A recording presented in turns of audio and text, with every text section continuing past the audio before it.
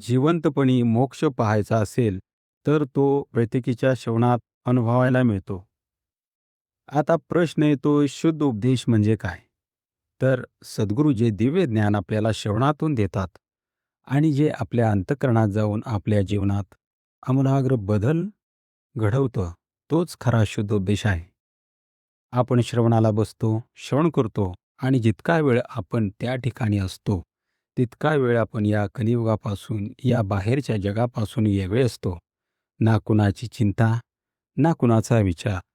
मनाला एका ठिकाणी बांधण्याचं काम त्या शुद्ध तत्व मालकाच्या हातात आहे. श्रवणाच्या सुरुवातीला मनाचे श्लोक घेतले जातात. तेच मनाला एका ठिकाणी बांधण्याचं, स्थिर करण्याचं काम करतात. त्यामुळे आपण श्रवणाला वेळेच्या आत यावे आणि त्या मनाला एका आश्रमात बांधल्यानंतर जी स्थिती प्राप्त होते, हीच तर जिवंत मुक्ती, सहज मुक्ती आहे. हीच खरी मोक्ष अवस्था आहे.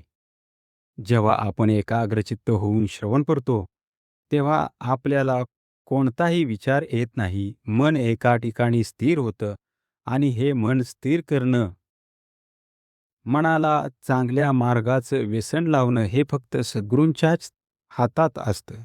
त्या मालकाने आपल्याला ही दिव्य बैठक दिली आहे आणि जिथे माणूस जिवंतपणी मोक्ष अनुभवू शकतो. म्हणूनच आपलं श्रवण तितकंच उत्तम व्हायला हवं. श्रवणाला बसल्यावर अनेकदा झोप येते आणि हे साहजिकच आहे. कारण ज्या ठिकाणी देवकार्य चालते, त्या ठिकाणी माया माणसाला अडवण्याचा प्रयत्न करते. उपासना करताना, भजन करताना किंवा कोणतंही धार्मिक कार्य झोप येतेच, पण ती टाळून आपण श्रवण करायला हवं. कारण हे अमृत देवांनाही प्राप्त नाही. जेव्हा आपण हे दिव्य श्रवण मनापासून ग्रहण करतो, तेव्हा आपल्याला हळूहळू अलिप्तपणा यायला लागतो. वाईट संगत, वाईट विचार, फालतू वेळ घालवणं यापासून आपण दूर जाऊ लागतो. वाईट संगतीमध्ये राहून आपण आपले जीवनातील शिल्लक संपवत असतो. म्हणून जीवनात अलिप्तपणा अत्यंत आवश्यक आहे. मग अनेकांना प्रश्न पडतो, मुख्य देव कोणता?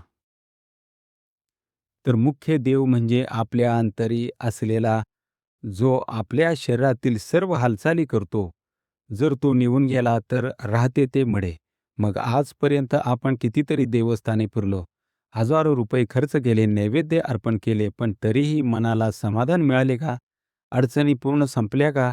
तर उत्तर बहुतेक वेळा नाहीच असतं.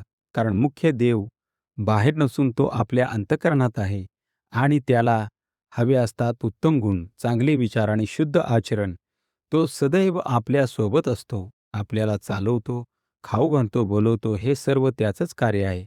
फक्त डोळे झाकून त्याचं मनापासून स्मरण करा, त्याची अनुभूती नक्की येईल.